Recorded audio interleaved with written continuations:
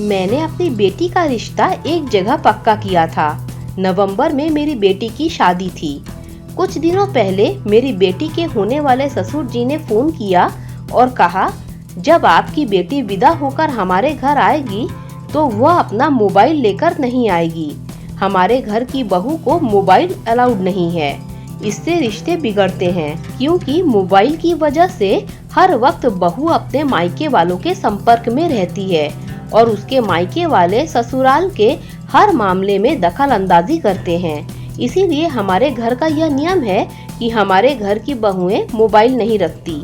आपकी बेटी से पहले भी मेरी 2 बहुएं और हैं, उनके पास कोई मोबाइल नहीं है।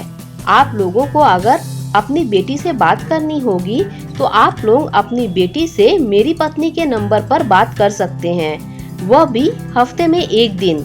और आपकी बेटी मोबाइल लेकर अपने रूम में जाकर बात नहीं करेगी, बल्कि अपनी सास के सामने ही बात करेगी, ताकि हमारे घर में आपके घर से किसी प्रकार की कोई दखल अंदाजी ना हो सके। मैं हैरान हो गया, कोई ऐसी शर्त रख सकता है? मैंने बोला, यह आप क्या कह रहे हैं? मोबाइल तो आजकल की जरूरत हो चुकी है। हम क्यों नहीं अपनी बेटी को मोबाइल के साथ विदा करेंगे? हमें पूरा हक है अपनी बेटी का हाल चाल जानने का। इस पर उसके होने वाले ससुर जी ने कहा, हाँ तो आप अपनी बेटी का हाल चाल जानिए ना, आपको किसने रोका है, लेकिन हफ्ते में 1 दिन, वह भी उसकी सासू माँ के फोन पर। मैंने बोला, यह बिल्कुल गलत बात है। क्या मेरी बेटी अपनी सास के फोन पर उनके सामने खड़ी होकर अपने मायके वालों से खुलकर बात कर पाएगी?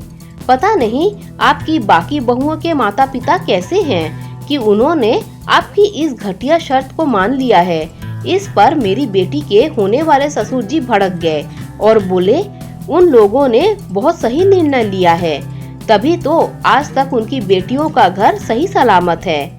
मैंने कहा, यह कोई सही निर्णय नहीं है, बहुत ही घटिया निर्णय है। वह अपनी बेटियों के बारे में उतना ही जान पाते हैं जितना कि आप लोग उन्हें जानने देना चाहते हैं। बहुत सी ऐसी बातें होंगी कि आपकी बहू अपनी माँ से खुलकर कभी नहीं कह पाती होंगी।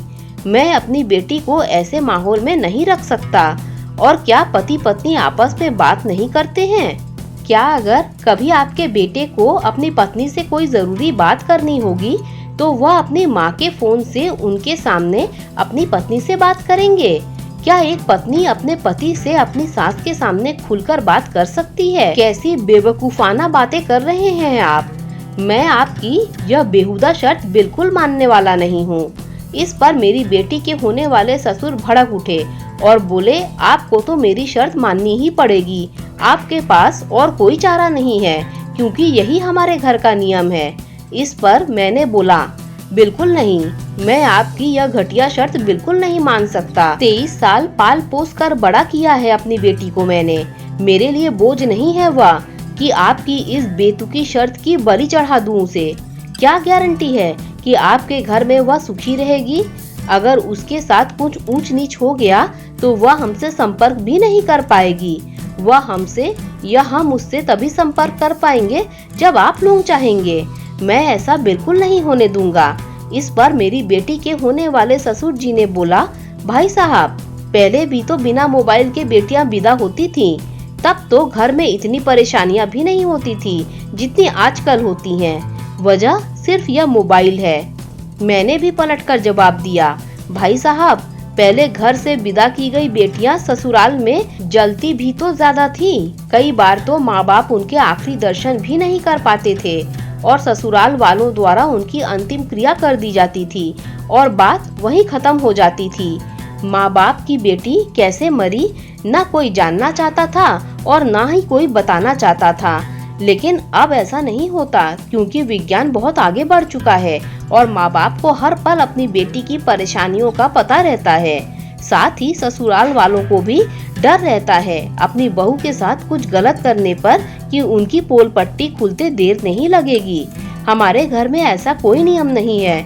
हमारी बहू के पास उसका खुद का मोबाइल है, जब वह चाहती है अपने मायके वालों से बात करती है। हम उम्मीद करते हैं हमारी बेटी भी अपने ससुराल से जब चाहे हमसे बात कर सके। इस पर मेरी बेटी के होने वाले ससुर ने बोला, मैं आपके लिए अपने नियम कानून नहीं बदलने वाला। मैंने भी बोला कोई बात नहीं, तो जो लड़की वाला आपका नियम कानून मानने को तैयार हो उसके साथ आप अपने बेटे का विवाह कर लीजिए। हम आपके घर में अपनी बेटी नहीं ब्याह सकते। जहाँ पर हमारी बेटी की सलामती की जानकारी हमें अपनी बेटी से न मिलकर आप लोगों के हिसाब से मिला करेगी, मैं यह शादी अपनी तरफ से तोड़ता हूँ, कहकर मैंने फोन रख दिया। दोस्तों, अगर आपको ये कहानी अच्छी लगी हो तो लाइक शेयर सब्सक्राइब कीजिए।